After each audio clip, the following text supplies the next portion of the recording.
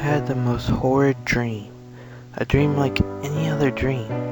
A dream that has me thinking. A dream that has made me cry. A dream that taught me the most valuable lesson of all. I know there are others like me who dealt with the hardships of life in this cruel world. So I might as well post this as a warning to anyone. That warning is to never cave in to the thoughts of suicide. It may seem like the only solution, but it's not.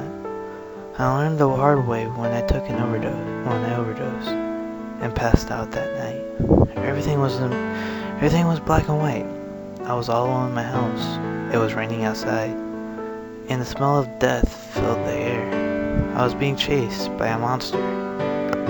He had sharp fangs and vicious-looking claws and pure black, soulless eyes that can see right through you, straight into your soul. His flesh was rotting, and you could see the bones showing. He was like half man, half beast or something. He hungered for one thing, and one thing alone. He was hungry for my heart. I managed to outrun the beast as I entered a strange hallway. There were 6 doors, each one covered in blood. Something evil could be lurking behind those doors, but I didn't care. All I cared was finding an escape from that vile creature. I tried the first door, but soon regretted it. There was an old, nasty woman feasting on dead embryos. Piles of aborted fetus were scattered all over the floor. I couldn't bear the sight anymore.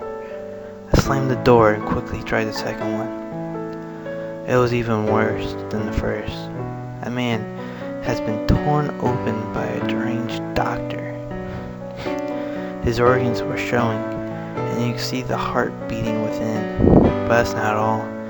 His head has been sliced open to reveal the brain, pulsing with each second.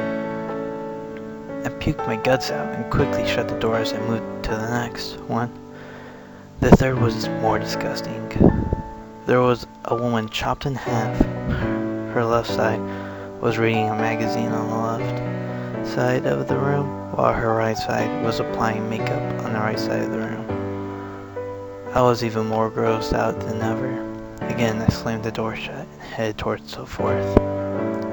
My jaw dropped at what was within the next room. There was a young boy being hanged by his own intestines. His eyes and mouth were sewn shut, his arms and legs covered in bruises. And the creepiest of all was that he showed a malicious smile. I was shaken to the point of insanity. I tried the fifth door, but quickly slammed it shut as I backed away in horror. There was a cannibalistic chef making a full course meal out of human beings. What's worse is that he's doing this to them when they're alive. I puked some more as I sobbed loudly, wanting this hellish nightmare to end. I finally made it to the 6th door. I prayed to God this was the way out of this mess, but sadly, my prayers were never answered. I opened the 6th door and was shocked at what I saw. It was me. I was completely covered in blood. My wrists and throat was slit, and I was crying blood on the floor. Right where the other me was standing were the dead bodies of all my friends and families. I fell to the floor as my eyes burst into tears, screaming in agony as my rage mixed in with my sorrow. But then, something caught my eye as it made me smile. There was a loaded pistol laying on the ground, my one salvation, my ounce of hope. The only chance to be free. I took it firmly in my hand, closed my eyes, and pulled the trigger. Then I woke up with vomit all over myself and the floor.